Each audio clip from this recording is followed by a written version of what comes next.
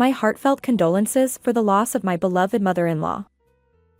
As I was preparing to attend the funeral, my phone suddenly rang. It was my husband, urgently instructing me. Do not come to the funeral home. Go back to your parents' home immediately. Confused, I followed his instructions and returned home. Later, my husband, who had joined us, revealed the existence of my estranged and conniving sister-in-law, Sophia. She callously asked about the inheritance, aiming to exploit my late mother-in-law's assets. Determined to protect my mother-in-law's honor, I resolved to confront Sophia.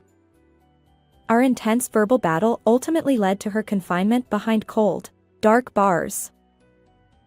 I am Olivia Smith, a perfectly ordinary housewife. I am happily married to my husband, Michael, who works as a company employee. By the way, it seems that many women struggle with how to interact with their husband's relatives after marriage. Particularly, there are rumors of bitter conflicts between daughters-in-law and mothers-in-law. I, too, used to hold such a murky image. However, fortunately, I've been able to maintain a harmonious married life in that regard. Specifically, I share a close bond with my mother-in-law, Nancy. For instance, Olivia, how does this cardigan look? I knitted it, thinking it would suit you. Me? Thank you. The color is adorable, and you're quite skilled at knitting. I'm glad you like it.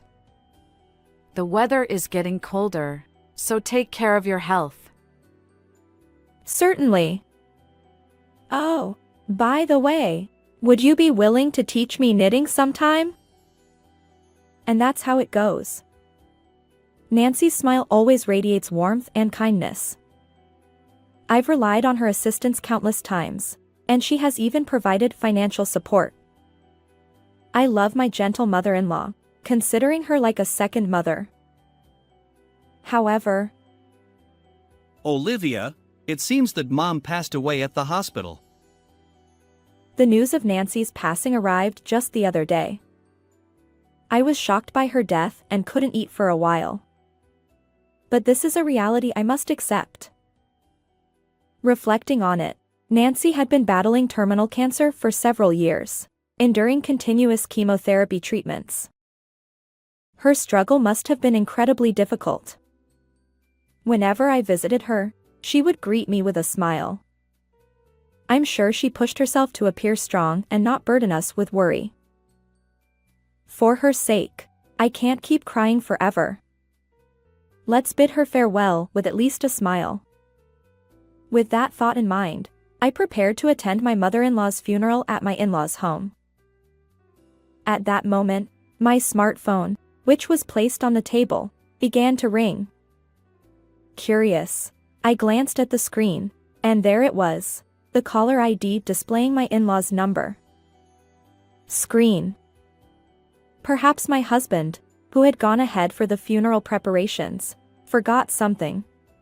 I picked up the phone with a light-hearted feeling. However, Olivia, is that you? Do not come to the funeral home. Go back to your parents' home immediately. his urgent voice echoed from the phone. What? Go back to my parents' home? And why are you so flustered? I apologize. There's a bit of trouble at the venue. I'll explain more when we meet. Naturally, I was perplexed by my husband's words. What kind of trouble could it be? And it was the first time I'd seen him so agitated. Understood. Calm down. For now, I'll head to my parents' home as instructed. Take a taxi. I'll be there soon too. See you. With that, he hung up. Honestly, my mind was filled with question marks. But if Michael said so, there must be a valid reason. And so, Driven by an unusual sense of urgency, I changed my destination from my in-laws' home to my own parents' home. Olivia, what's going on? Isn't today Nancy's funeral? Well, come on in for now. Let's talk inside. Both my parents were surprised by my sudden return home. When I explained the situation, they exchanged puzzled glances, mirroring my own confusion. And without my husband's arrival, there was no way to explain everything. We waited nervously at my parents' house. About an hour later, my husband burst in. Olivia. Are you okay? I'm fine, but wait, what happened to your hand? I noticed bandages wrapped around his injured hand. His expression was deeply troubled as he touched the wounded area. Then he proceeded to explain the events related to my in-laws and the troubles that had unfolded at their home. Actually, It seems my husband has an older sister named Sophia. However, this Sophia was quite a rebellious child who caused trouble for the family since childhood. Apparently, she has been in and out of police custody countless times. Despite all this, Nancy, my mother-in-law, never abandoned her daughter and continued to apologize to those around her. Nancy even shouldered the debt Sophia had accumulated. Sophia promised to repay the debt, pleading with her mother.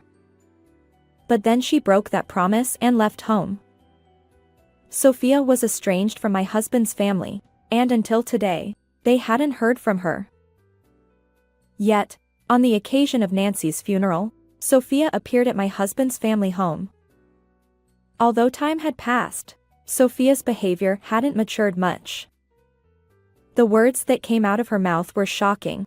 Mom's dead, right? How much inheritance will I get? Understandably, my husband was furious. Was that really the first thing a daughter said upon her mother's passing? He then angrily informed Sophia that she had long been disinherited. And according to Nancy, her daughter was no longer Sophia, it was Olivia, me. Huh? Olivia? Who's that woman? It's unthinkable that she can inherit while the actual daughter can't. Sophia, upon learning this truth, turned red with rage. She snatched my husband's phone, hurled unsettling words at Michael and me, and drove away from the family home. My husband's injured hand was the result of her biting him during that confrontation.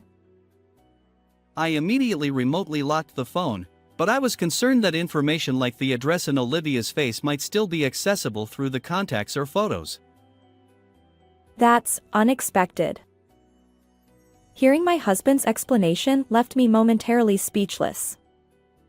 I had no idea that Nancy had another daughter, let alone one with such a troubled character. I apologize for keeping my sister a secret. It's a family matter, and I never expected it to come to this. My husband apologized in distress. We tried to console him while contemplating our next steps. In that case, it might be best not to return to your home for a while, just in case. Is our address here safe? Yes, I haven't stored this address on my phone. And so, as a precaution, we decided to stay at my parents' home for the time being. And as the night turned into day, the sun rose, and the chirping of birds filled the air. My husband prepared to leave for work. I'm heading out. If anything happens, contact me on the spare phone. Sure, take care. I watched him leave with a smile, but internally, anxiety gnawed at me. What if my sister-in-law barged in? What if she attacked us? These worries consumed my thoughts.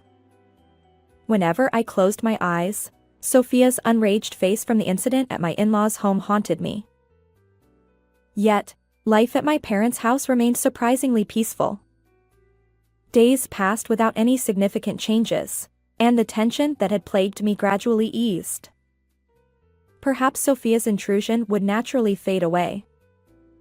That's the optimistic perspective I held. And then, things began to unfold. A police officer arrived at my parents' home from the nearby police station. Excuse me. Are Mr. and Mrs. Smith here? I felt a sense of unease and cautiously asked, What's this about? As it often happens with premonitions, my bad feeling turned out to be accurate. The officer explained that our home had been broken into by a burglar, and they had just received a report from the scene. I immediately contacted my husband and rushed home with him. Upon arriving, we discovered the interior of our house in disarray. Drawers were pulled open, and it looked as if a storm had swept through. Were any valuables stolen? Prompted by the officer, we conducted a thorough search of our home under their supervision. Thankfully, important items like passbooks appeared to be safe.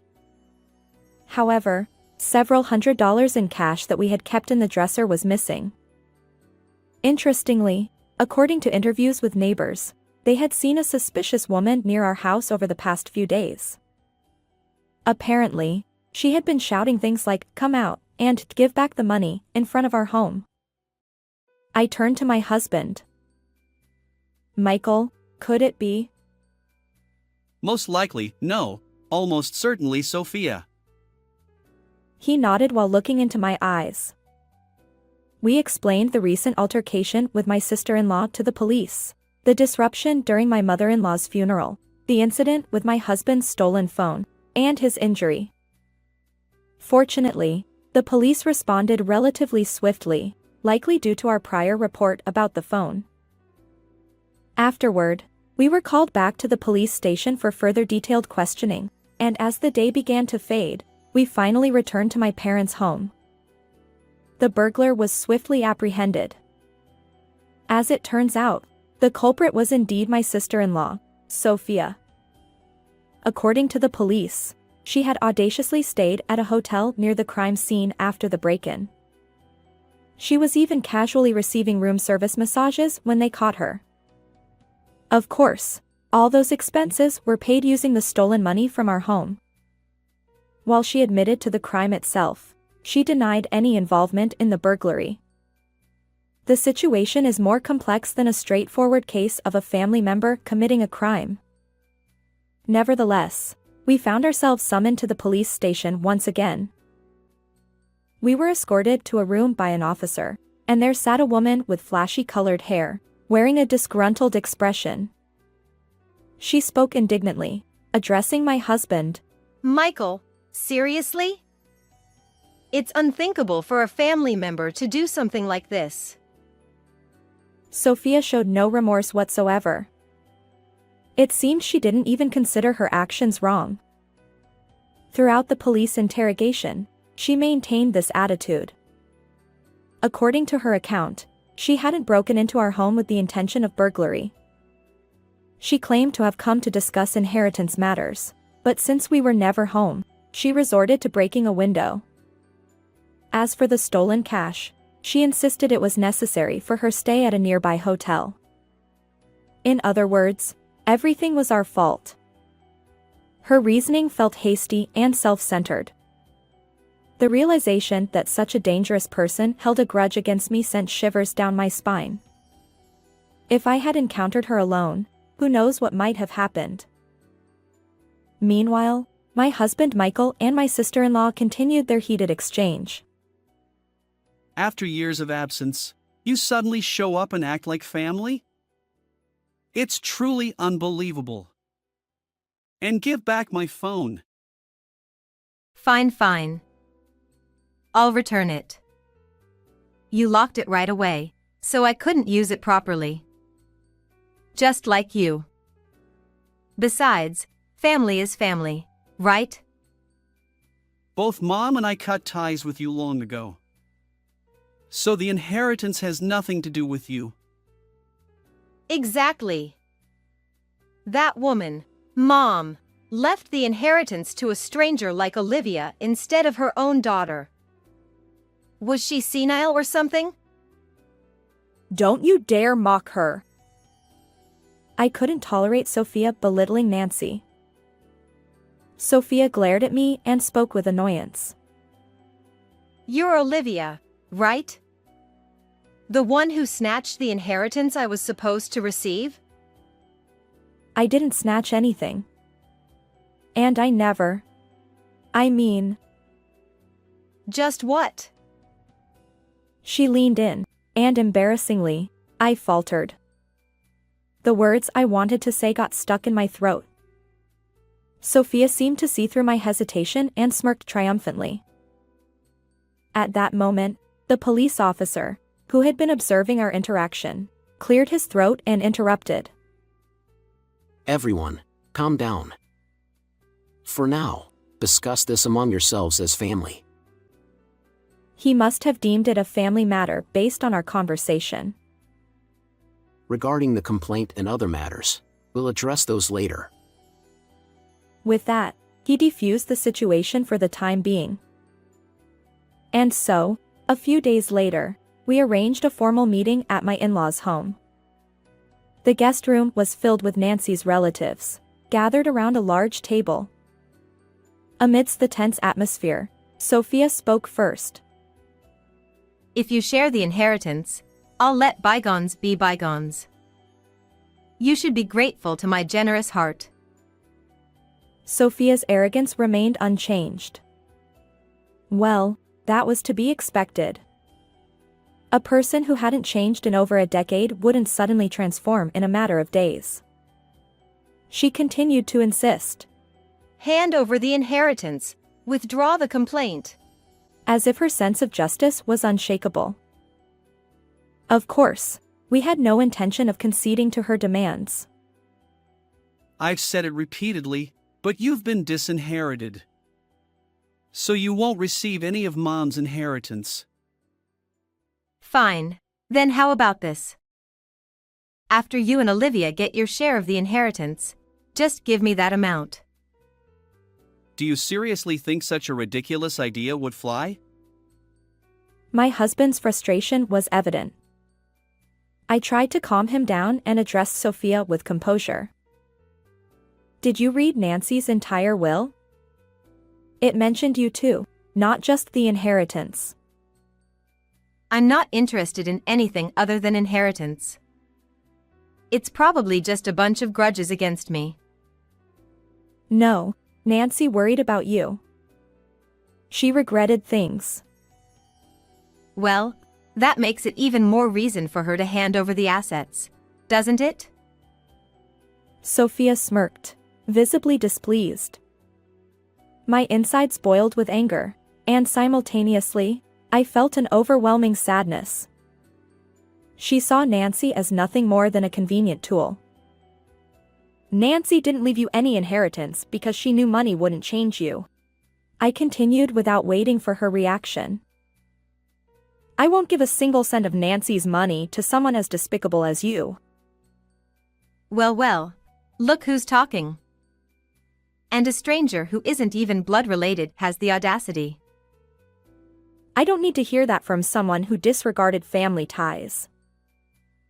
Facing me directly, Sophia momentarily flinched. Then, her eyes sharpened, and she glared at me. It was an ugly, terrifying expression. But this time, I couldn't look away. There's nothing more to discuss. Now, please leave. I said, maintaining eye contact with the intimidating Sophia. Soon, she lunged across the table, attempting to grab me. In an instant, the relatives and my husband restrained her. 10 minutes later, the police officer who arrived dragged her away. Throughout, Sophia continued to curse, but by the time she was forced into the patrol car, her spirits had deflated, and her shoulders slumped. She was headed to jail. Our formal complaint had been officially accepted. According to reports, Sophia had accumulated substantial debt from loan sharks. Her excessive fixation on Nancy's inheritance likely stemmed from these hidden financial troubles. Regardless, Sophia is now destined for a miserable life, never to see the light of day again. There is no love like a mother's love. My husband muttered. She brought this upon herself. We sat in our tidied-up home, reflecting on the recent events. While gazing at Nancy's portrait, my husband spoke up. By the way, Olivia, I was surprised by how boldly you stood up to Sophia. Well, once I read Nancy's will. In truth, the day before our discussion with Sophia, I had carefully read Nancy's will. Until then, I hadn't had the chance to thoroughly review it. The will contained heartfelt sentiments, almost like a letter. Each word she wrote stirred something within me. Nancy had always cared deeply for her children. She left no grudges, only concern. And as she bravely departed for the heavens, she wished happiness upon us, her son and daughter-in-law. Perhaps she wanted to do more for her real daughter. Clutching the cardigan I was wearing, I tearfully remembered my mother-in-law. My husband tried to console me. Olivia, could you knit something for me too? Sure, I'd be happy to. I'll show you the knitting techniques that Nancy taught me. I wiped away the tears, smiling. I resolved to use her inheritance wisely and vowed to live a happy life in her memory. How did you find this story? If you enjoyed it, please consider subscribing to our channel. Until next time.